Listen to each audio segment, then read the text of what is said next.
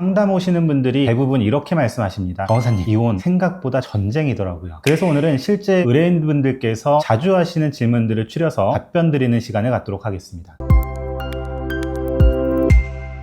안녕하세요. 법무법인 태아 안산문사무소 지효섭 변호사입니다. 오늘은 이혼 상담을 받으러 오시는 분들의 자주 하시는 질문들에 관해서 Q&A 시간을 갖도록 하겠습니다. 제가 유책 배우자인데 먼저 이혼 소송을 걸면 불리한가요? 원칙은 그렇습니다. 하지만 반드시 유책 배우자라고 해서 이혼 청구가 기각되는 것은 아니고, 혼인관계가 사실상 파탄에 이르렀고 상대방 역시도 혼인관계를 유지할 의지를 가지고 있지 않다라고 한다면 이혼 청구가 받아들여지고 있습니다. 여기서 중요한 것은 혼인관계가 실질적으로 파탄에 이르렀는지, 관계회복 가능성이 남아있는지라고 할 것입니다. 언제부터 본질적으로 갈등이 시작됐는지, 어떤 이유로 관계 회복 가능성이 사라졌는지, 그동안 서로가 어떤 행동을 해왔는지, 이와 같은 내용들을 구체적이고 세세하게 정리해서 이혼의 필요성을 적극적으로 주장한다면 이혼 가능성이 완전히 닫혀있는 것이 절대 아닙니다. 상간자 소송, 배우자도 같이 걸어야 하나요? 상간자만 상대로 소송을 제기하는 것도 가능합니다. 다만 상간자에 대한 소송에서 다루는 것은 위자료만이고, 배우자에게도 책임을 묻고자 한다면 반드시 이혼 소송을 제기하셔야 합니다. 실제 사례에서는 상간자에 대해서만 소송을 제기하고 배우자와는 협의이혼을 통해서 이혼을 하려는 경우들이 많은데요. 재산분할이라든지 양육권이나 양육비에 관한 부분이 협의되지 않은 상태에서 이혼을 진행하다가 오히려 금전적으로 손해만 보시는 경우들이 굉장히 많습니다. 상간자에 대한 책임은 위자료 청구 소송에서 다루고, 배우자와 관련된 사항들, 재산분할이라던가 양육권, 양육비에 관한 부분은 이혼 소송에서 다루는 것이 가장 안정적이라고 할 것입니다. 전업주부는 재산분할을 받을 수 없나요? 전혀 그렇지 않습니다. 재산분할은 결국 기여도가 핵심이라고 할 것인데요. 기여도에서는 단순히 경제적인 기여도만 있는 것이 아닙니다. 소득활동, 가사노동, 육아, 재산관리, 배우자에 대한 유무형의 원조, 이와 같은 모든 것들이 평가 대상이기 때문에 전업주부라고 하더라도 40%에서 50% 정도의 기여도로 인정되는 경우들이 굉장히 많습니다. 양육권, 지금 제가 아이를 키우고 있으니까 제가 가져오게 되겠죠. 양육권 결정함에 있어서 현재 양육자가 누구인지가 굉장히 중요한 요소인 것은 사실입니다. 그렇지만 반드시 현재 양육자에게 양육권이 인정된다는 보장은 없습니다. 법원은 다음과 같은 요소들을 종합적으로 고려해서 양육권을 판단하게 되는데요. 자녀의 일상 안정성, 부모의 양육 능력, 양육할 수 있는 환경, 부모의 폭력성이나 기타 양육자로 지정하기 어려운 사정, 양육 보조자의 존재, 양육 계획의 현실성, 결국 양육권 다툼은 보다 더 아이에게 안정적인 환경을 제공할 수 있는지가 핵심이라고 할 것입니다. 양육비는 자동으로 결정되는 것인가요? 그렇지 않습니다. 가정법원에서는 양육비 산정표를 제공하고 있습니다만, 산정표만으로 일괄적으로 결정하는 것이 아니라 양 부모의 소득자료, 생활비의 구조, 아이의 나이, 학원비나 치료비와 같은 특수비용 등을 종합적으로 고려해서 양육비를 결정하게 됩니다. 양육비에 있어서 주의하실 점은, 협의혼을 하시는 부부들이 양육비에 관해서 구두상으로만 합의하고 끝내는 경우들이 많다는 것인데요. 양육비는 반드시 조정조서, 판결문, 공정증서 등의 형태로 남겨두셔야만 추후 강제집행이 가능하기 때문에 반드시 조심하시는 것이 좋습니다. 상대가 이혼을 죽어도 거부하면 어떻게 되나요? 재판상 이혼은 상대방의 의사만을 고려하는 것이 아닙니다. 혼인관계가 실질적으로 파탄에 이르렀다고 본다면 아무리 일방 배우자가 이혼을 거부하고 있다고 하더라도 이혼 청구를 인용해주고 있습니다. 혼인 파탄 사유로 인정되는 대표적인 사례들은 상습적 폭력, 외도, 2, 3년 이상의 장기 별거, 심각한 경제적 파탄 유발, 지속적인 모욕이나 악의적인 방치, 이와 같은 사정들이 있을 경우에는 상대방이 이혼을 거부한다고 하더라도 이혼 청구는 인용되고 있기 때문에 걱정하지 않으셔도 될 것 같습니다. 배우자가 재산을 숨기면 어떻게 찾나요? 배우자의 재산을 찾는 방법들은 굉장히 다양하게 있습니다. 우선 이혼 소송을 진행하는 과정에서 재산조회, 재산명시, 사실조회 등의 절차를 거치면서 배우자의 숨겨진 재산을 모두 찾아내는 절차를 거칠 수가 있고요. 이혼 소송이 종료된 이후에는 강제집행 등의 과정에서 배우자의 모든 계좌를 조회한다던가, 부동산을 조회한다던가, 차량 등의 목록들을 확인할 수 있는 절차들이 있기 때문에 배우자가 숨긴 대부분의 재산들은 조회가 가능하고 강제집행도 가능하다고 보시는 것이 좋을 것 같습니다. 협의이혼이 빠르니까 괜찮지 않나요? 협의이혼이 절차적으로는 가장 간단하고 빠른 것은 사실입니다. 그렇지만 빠른 만큼 보호장치가 전혀 존재하지 않는데요. 대표적으로 양육비를 지급하지 않는 경우, 재산분할을 해주지 않는 경우, 위자료를 지급하지 않는 경우, 부채관계가 정리되지 않는 경우, 이와 같은 경우는 결국 돌고 돌아서 소송으로 돌아오시는 경우들이 많습니다. 상황이 굉장히 단순하다고 한다면 협의이혼이 정답일 수도 있겠습니다. 그렇지만 대부분의 이혼이라고 하는 것은 다양한 쟁점들을 가지고 있고 협의만으로 종료하는 것이 쉽지 않은 경우들이 많습니다. 이와 같은 경우에서는 소송을 통해서 정리하는 것이 보다 안정적이라고 생각됩니다.